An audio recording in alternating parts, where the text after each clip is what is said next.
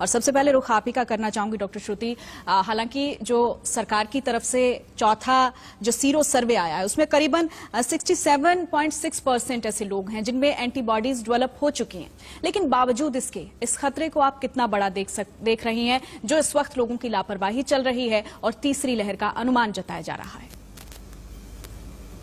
मैं अपनी चिंता इस बात पे जो है आपको बताना चाहूंगी, या जो मेरी चिंता का कारण है वो सबसे ज्यादा ये है कि लोग अभी भी सतर्क नहीं है सोनल जी। मुझे ये नहीं समझ में आता कि लोगों को जब ये पता है कि आईसीएमआर ने, एपिडेमियोलॉजिस्ट ने, डब्ल्यूएचओ ने इस चीज का प्रिडिक्शन भी कर दिया है कि आने वाले समय में अगस्त सितंबर में तीसरी लहर आ सकती है, और अभी तक अगर हम साल डेढ़ साल की बात करें तो डब्ल्यूएचओ ने यह भी बता दिया है कि कम से कम म्यूटेशन की जो गति है, यानी जो अपना वायरस रूप प्रतिरूप बदल रहा है, वो 7th to 8th तरीके के वेरिएंट्स जो हैं इस समय हमारे बीच में जो है वो आसपास हमारे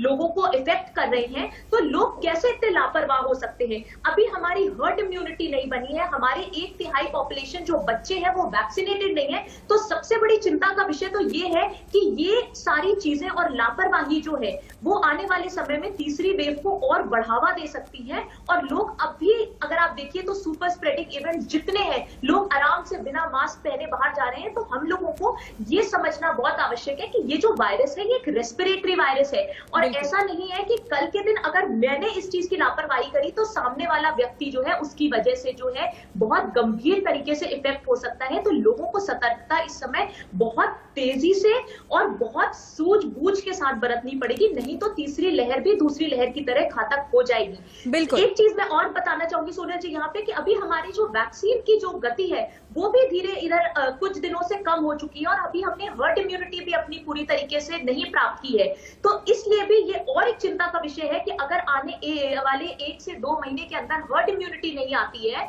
तो वो भी तीसरी लहर को और बढ़ावा दे सकती है।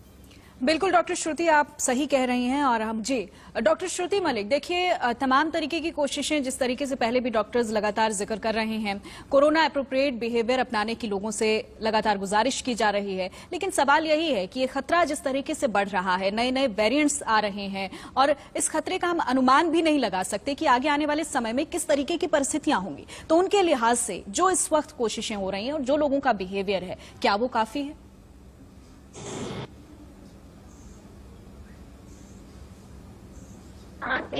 जो सेकेंड वेव थी हमारी, जिसमें कि डेल्टा वेरिएंट सबसे ज्यादा डोमिनेंट था, उस वेव में यूके में भी ये चीज देखी गई थी कि बहुत तेजी से जो है, या रफ्तार भी बहुत ज्यादा थी वायरस की इन्फेक्ट करने की, और कुछ दिन बाद जो है वो हिंदुस्तान में ये वायरस आ गया। तो अगर बाकी देशों की हम बात करें तो इस समय 100 देशों में बहुत ज्यादा कोरोना की जो है वो महामारी के नंबर्स भी, केसेस भी, ये भी बहुत तेजी से बढ़ रहे हैं। बट अगर हमें अपने देश को बचा के रखना है तो हमें ये जानना जरूरी होगा कि बाकी देशों के मुकाबले हिंदुस्तान की जो पॉपुलेशन है वो बहुत ज्यादा है। अगर हम लोग एक्स्ट्रा एफर्ट उन बाकी देशों से नहीं करेंगे, अपनी वैक्सीन ड्राइव को और तेज नहीं करेंगे, लोग कोविड एप्रोप्रिएट बिहेवियर नहीं फॉलो करेंगे, तो ये देश के लिए बहुत घातक सिद्ध हो सकती है। तो हम लोग हमेशा जब भी बात करते हैं हम डेटास पे बात करते हैं, और हम प्रिडिक्शन पे इस समय बात नहीं करेंगे, क्योंकि हमारे देश की जो पॉपुलेशन है, चाहे वो चाइना की कहें चाहे हम हिंदुस्तान की कहें,